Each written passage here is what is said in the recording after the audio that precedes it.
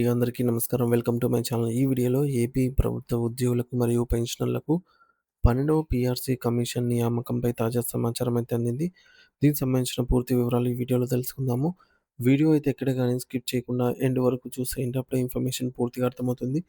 అలాగే వీడియో చూస్తున్న ప్రతి ఒక్కరు లైక్ చేయండి ఫ్రెండ్స్. ఈ వీడియోని తోటి ఉద్యోగ, పెన్షనర్ మిత్రులతో అయితే షేర్ చేయండి.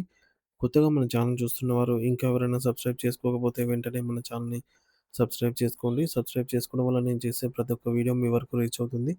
ఇక ఆలస్యం చేయకుండా వివరాలకైతే వెళ్ళిపోదాము.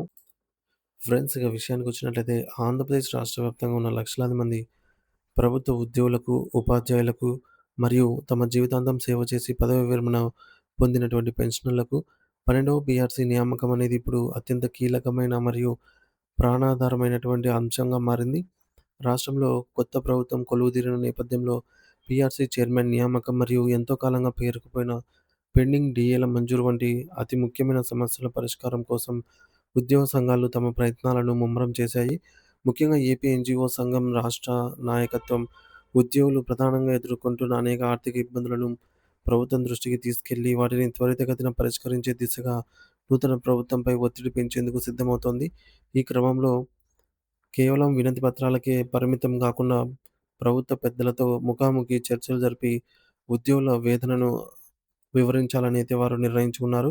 రాష్ట్రంలో నూతన వేతన సవరణ పీఆర్సీ అమలుకు సంబంధించిన అంశాన్ని మనం లోతుగా పరిశీలిస్తే వాస్తవానికి నిబంధనల ప్రకారంగా 2023 జూలై నుండే కొత్త పీఆర్సీ అమల్లోకి రావాల్సి ఉంది. అంటే 5 ఏళ్ల కాల పరిమితిలో ముగిసిన వెంటనే ఉద్యోగులకు పెరిగిన ధరలకు అనుగుణంగా వేతన పెంపు జరగాలి. అయితే గత ప్రభుత్వం వేతన సవరణ కమిటీని ఏర్పాటు చేసినట్లు ప్రకటించినప్పటికీ, ఆ కమిటీకి అత్యంత కీలకమైన చైర్మన్‌ను నియమించకుండా కాలయాపన చేసిందని ఉద్యోగ సంఘాలు తీవ్రంగా విమర్శిస్తున్నాయి.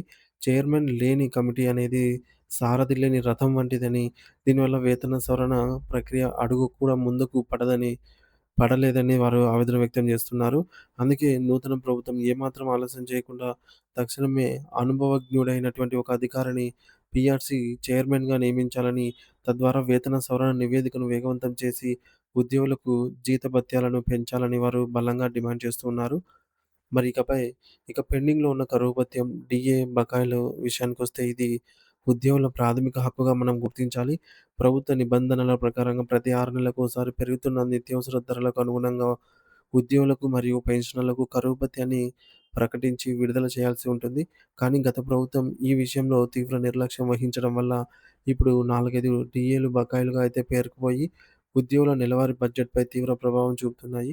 ఈ డీఏలు అందకపోవడం వల్ల ముఖ్యంగా తక్కువ ఆదాయం ఉన్న ఉద్యోగులు, వృద్ధులైన పెన్షనర్లు, మందులు మరియు ఇతర కనీస అవసరాల కోసం ఎన్నో ఇబ్బందులు పడుతున్నవారు ఈ నేపథ్యంలో పేరుకుపోయిన అన్ని డీఏ బకాయిలను ఒకేసారి లేదా త్వరితగతిన విడతల వారీగా విడుదల చేసేలాగా ప్రభుత్వం తక్షణ చర్యలు తీసుకోవాలని నాయకులు కోరుతూ ఉన్నారు.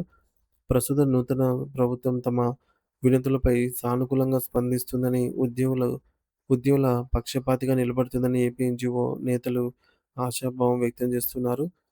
పీఆర్సీ చైర్మన్ నియామకం జరిగితేనే వేతనాల పెంపుపై ఒక స్పష్టత వస్తుందని, అలాగే డీఏల విడుదల ద్వారా ఉద్యోగుల చేతుల్లో నగదు చేతుల్లోకైతే అందుతుంది అనైతే వారు వివరిస్తూ ఉన్నారు. ఒకవేళ ప్రభుత్వం నుండి ఆశించిన స్థాయిలో స్పందన రాకపోతే లేదా ఈ సమస్యలను పరిష్కరించడంలో జాప్యం జరిగితే భవిష్యత్తులో ఉద్యోగులందరినీ ఏకం చేసి తమ నిరసనలను ఏ విధంగా తెలియజేయాలో కూడా వారు ప్రణాళికలైతే సిద్ధం చేసుకుంటున్నారు. అయితే ప్రస్తుతానికి మాత్రం ప్రభుత్వం కొత్తగా బాధ్యతలు చేపట్టినందున తక్షణమే ఘర్షణ వైఖరి అవలంబించకుండా కేవలం చర్చల ద్వారా మరియు సంప్రదింపుల ద్వారానే సమస్యలను పరిష్కరించుకోవడానికి తాము ప్రాధాన్యత ఇస్తున్నామని సంఘం ప్రతినిధులు స్పష్టం చేశారు. ఉద్యోగుల కష్టాలను గుర్తించి ప్రభుత్వం సానుకూల నిర్ణయం తీసుకుంటుందని లక్షలాది మంది ఆశగా ఎదురుచూస్తూ ఉన్నారు.